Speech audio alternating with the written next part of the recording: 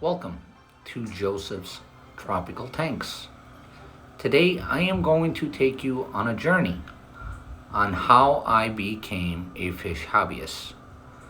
That's me, Joseph. Here I have my 125-gallon cichlid tank. And I must tell you, a few years ago we were in a saltwater aquarium, but I love cichlids so much that I wanted to change the 125-gallon saltwater tank back into a freshwater tank, where now we are raising baby cichlids and a whole other types of cichlids as well. In a few minutes, we are going to take you into our video for today.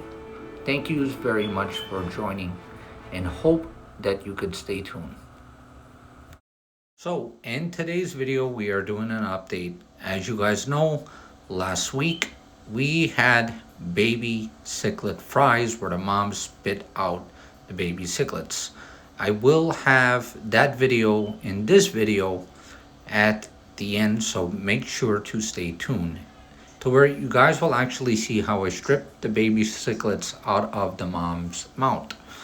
Now, if you are in the situation that I'm in, where we have some baby cichlids and you have a small little tank, I did go on a naked bottom here. I didn't want to add any type of gravel or anything, just for easy maintaining, as all this tank is basically a grow out tank for our cichlids for the next few months.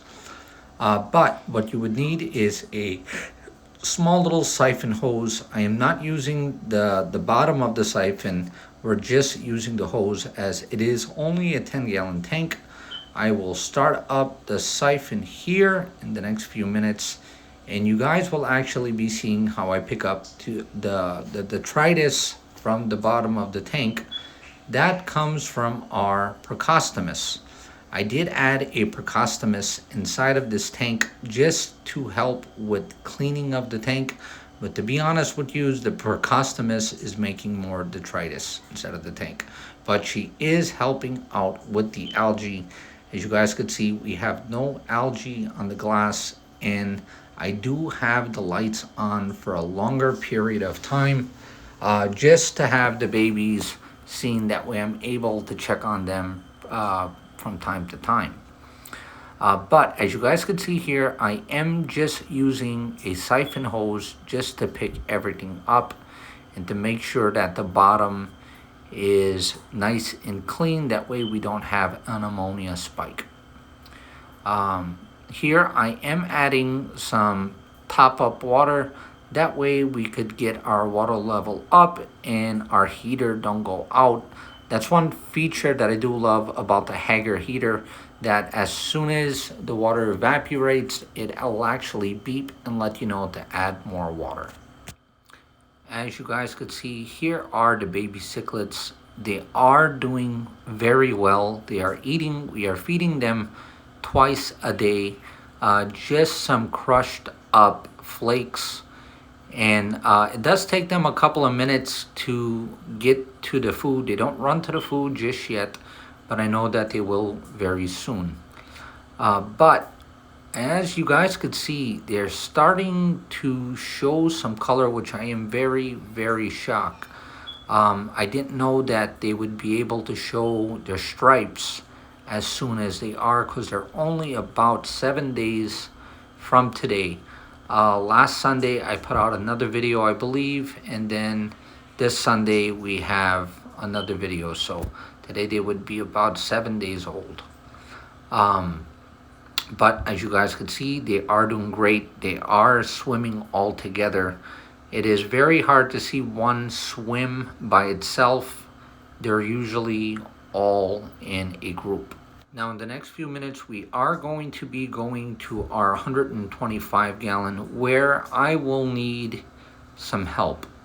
I did notice that one of my lemon yellows have something on their side. So if you guys in the next few minutes, I will actually point it out. I'm just showing you guys right now all of the fish.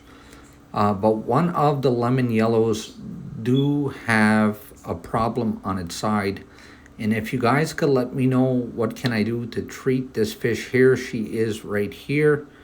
As you guys could see on her right side, there is just a little, almost, it looks like something might have bit her. I am not familiar with freshwater ick, but if that is freshwater ick, guys, please do let me know. That way I could go ahead and I could dose the tank. But I have no clue what is that on the fish's side there. So if you guys could tell me, please let me know in the comments. That way we could get some treatment to this fish quickly. And as you guys could see, all of the other fish are doing very, very well. They're very active. They love eating, and they do keep me entertained, guys. I'll stand at the aquarium and I'll sit there for hours just watching them. And the fish actually do greet me, which I didn't have in the saltwater hobby. The fish would hide when I would come to the aquarium and I would have to watch them from afar. But with the freshwater, guys, the fish will actually greet you. That's what I love so much about the freshwater hobby. But as you guys could see, the tank is doing really well. We just did some maintaining on it the other day, which I'll probably show you guys at the end of this video. We did do a time lapse on all of our cleaning of the tank and also rescaping. But if you guys have an answer about that one fish, that lemon yellow, please let me know what you guys think, as I'm really concerned about that particular lemon yellow. I don't know to remove her out of the tank or just to leave her in that tank and not to add any more stress than she's probably already in. But thank you guys very much for coming to today's video. In the next few minutes, I will take you guys on a quick time lapse of how we clean the tank. And here we are, guys. We are actually starting to rescape the tank, and also to do about a 50% water change on the 125. As you guys could see, I'm using a few different siphons on the tank. We did use the Hager one, and then we also used the old-fashioned one as well. That way we could remove all of the detritus and everything out of the sand bed. But our next cleaning that we're going to do is a filter cleaning, which I will show you guys how we do in our next week's video.